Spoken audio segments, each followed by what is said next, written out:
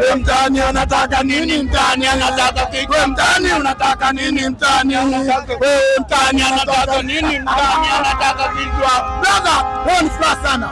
Unapoona leo mashabiki wa Simba ndio wanaongoza kwa furaha. Wa Yanga leo wana huzuni kwa sababu wanaenda kupigwa kipigo cha paka ukome leo.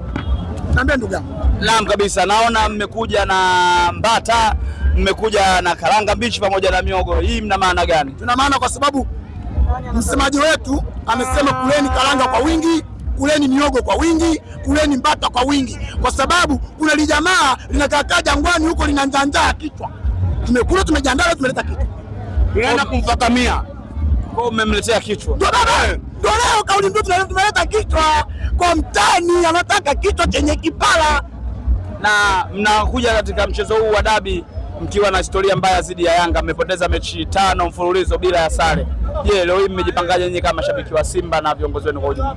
Tuongea nyuma yameshapita, tumefungwa, tumelia, tumecheka kwa pamoja, lakini leo tunasema tunaenda kuvunja ukimya dhidi ya watani zetu Yanga. Leo tunavunja ukimya dhidi ya watani zetu Yanga, kuwa leo Yanga anakula kipigo tu.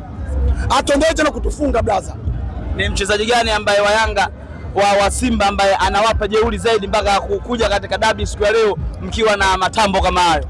Sio mchezaji mmoja, wote bro, wote wananipa nguvu, wote wananihamasisha nije uwanjani.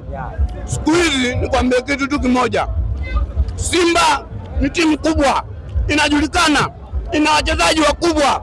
Ina maana gani? Tumechukua wachezaji wenye akili timamu na soko na majina, wamekuja kuipambania nembo ya Simba na watu wameweka hela. Kuna wachezaji wenye hela, tuna mabosi wenye hela, na ndio maana tunatamba mpaka dakika hii. Imewekwa kama milioni 110 hivi bro. Wewe unafikiriaje nani anatoka hapo? Kwa mara ya kwanza nchini Tanzania Simba Sports imemngoa mchezaji wa idadi, pia imemngoa wachezaji wawili Mamelodi Sundowns. Kwa uchache elezea usajili wa Nio Maema, Suleiman Mwalimu kutoka Wydad na Rushen Rook kutoka Mamelodi Sundowns. Wale ni wazuri. Ndio maana kocha akaona mara safari ujue hajasajili watu wengine. Kocha na nani na bosi. Kocha na bosi wamesajili. Kocha anaotaja amesema kwamba wale watu wanajua, na kweli tumewaona performance yao ni nzuri. Bonge la mchezaji. Unaona bila siku piga tackling, unaona ile? Mpaka moyo ile baba. Tunasemaje leo Yanga leo kwa professional wetu leo, kwa wachezaji wetu leo, fitness yao leo, Yanga leo anakula chuma mbili, wanatoka ndani wanalia leo. Unataka kusema ubaya ubwela part 2 utafanya kazi kuanzia leo? Ubaya ubwela season 2. Yule ana akili, yule ana akili timamu, na ndio maana alisema ubaya